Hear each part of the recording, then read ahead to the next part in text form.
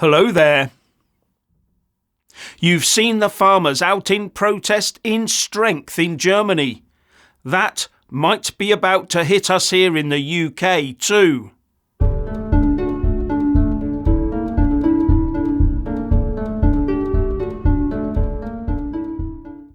If you want to continue to be able to buy and eat British meat, dairy and fruit and veg produce, then you'd better be ready to back our farmers. Because one prominent farmer and YouTuber, Gareth Wyn-Jones, is warning us that UK farmer protests might just happen. Speaking on GB News today, he warned that farmers don't protest unless there is a real reason to do so, because they would much rather be tending to their farms and producing good affordable food for everyone. And talking about the images and videos of protesting farmers coming out of Germany right now, he said, "To see these kind of scenes is scary. It's scary for us in the UK." The German farmers are protesting over the loss of vehicle tax and diesel subsidies that keep their costs and the cost of food down. But governments around the world seem more intent on gradually squashing the life out of traditional agriculture in favour of insect farms and factory-produced Frankenstein meats and milks, something that is already being rejected by the consumer. But imposing more costs on farmers and making ordinary wholesome food ever more expensive seems to be the way forward for our global establishments. The drive towards net zero meat and milk. So there's the danger of people opting for cheaper processed foods, which we already know are not particularly good for us. But even in the face of creating potential new health issues for their populations, governments seem intent on removing natural healthy food. I know it can't possibly be true, but it seems like these jokers in power actually want to do us harm. Now, as an aside, some people are saying that the farmers who mainly voted for Brexit should have voted Remain in order to keep their EU subsidies, completely missing the point that the countries having the most problems with these issues at the moment are Germany, the Netherlands and France, all of them in the European Union. Or they were the last time I checked. Anyway, Gareth Wyn-Jones said that we should start to eat more seasonal, start to have a balanced diet and invest in our children and educate them on good food. Now that would definitely be a great start, because children are already being taught at some schools about other children that eat bugs abroad and trying to get ours to follow suit. Schools and unis are already trying to wean our children off of real meat and real milk for a start. There is a big push on right now to make eateries in educational establishments meat and dairy free. And then they will try to get the children to pressure friends and family into following suit. Anyway, Wyn-Jones went on to point out the obvious, that we in the UK have access to a wide range of homegrown produce from both land and sea. It's surf and turf, he said. All this processed rubbish is killing our children. It's a bigger picture than anybody else can see, but we have to be very, very careful that things like this are happening in Holland, Canada, New Zealand and Germany. We have to be careful it doesn't come to the United Kingdom, because the way things are going, it could be. But as I pointed out in an earlier video, right now the UK government seems to be more focused on rewilding via the creation and maintenance of habitats on farmland than with the growing of food. And if farmers are spending time and money they haven't got on rewilding, then where do we get our food from? Oh yes, insect farms and fake meat factories, of course.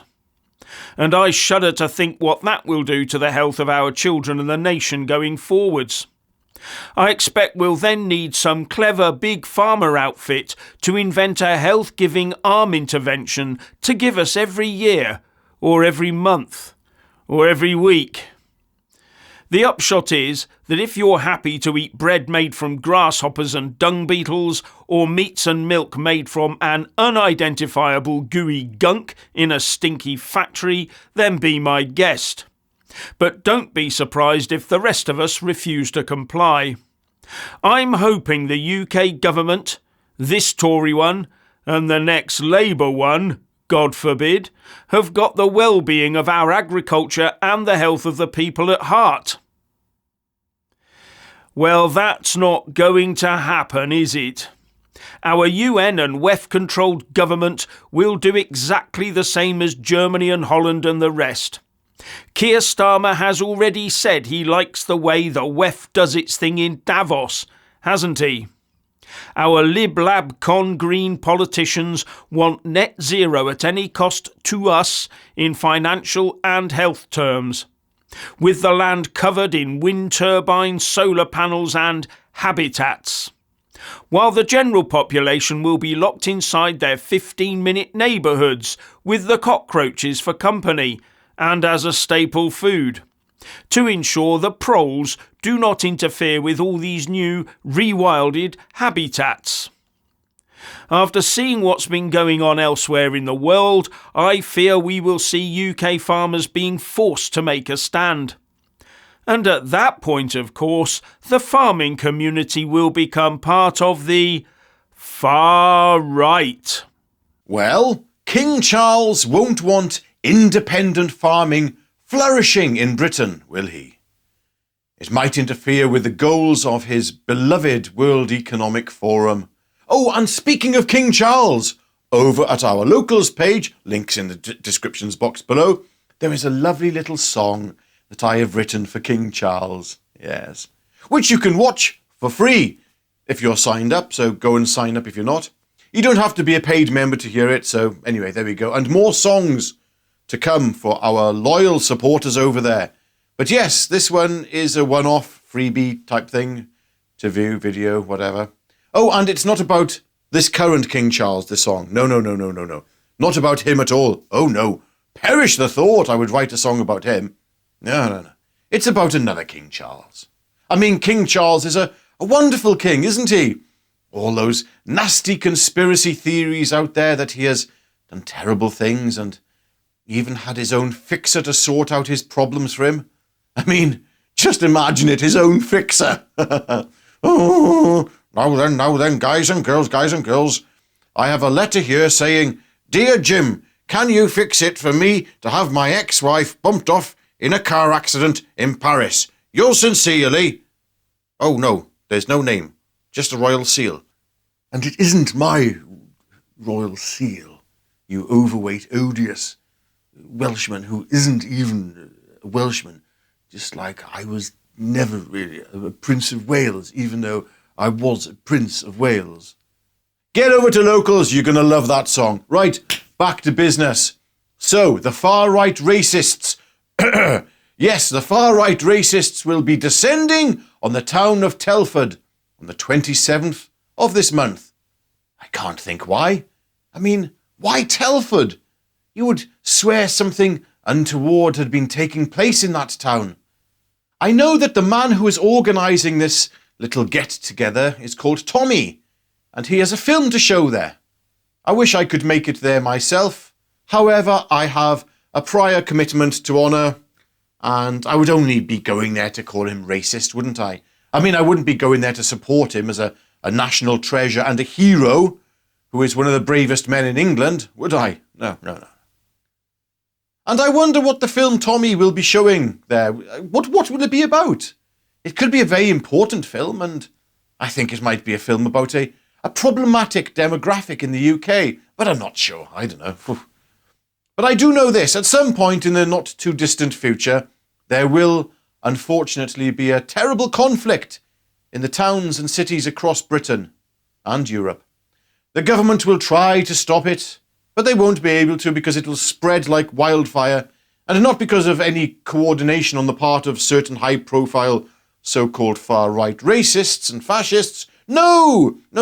It will be because of an individual or a group of individuals from a problematic demographic who will do something very bad and it will light the touch paper from which there will be no going back. But that's nothing to do with the film Tommy will be showing, is it? Oh, no.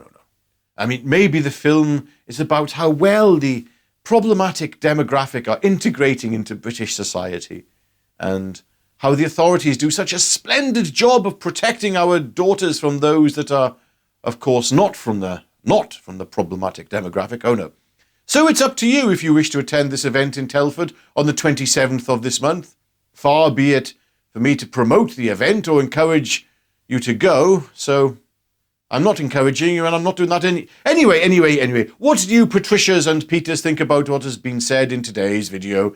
Leave your blatant ignorances in the comment section below for Jeff and I to read and despair at. And don't forget to sign up, as I mentioned before, to our Locals channel, where we be providing extra content for you supporters of the channel. And God bless each and every one of you. Bye for now.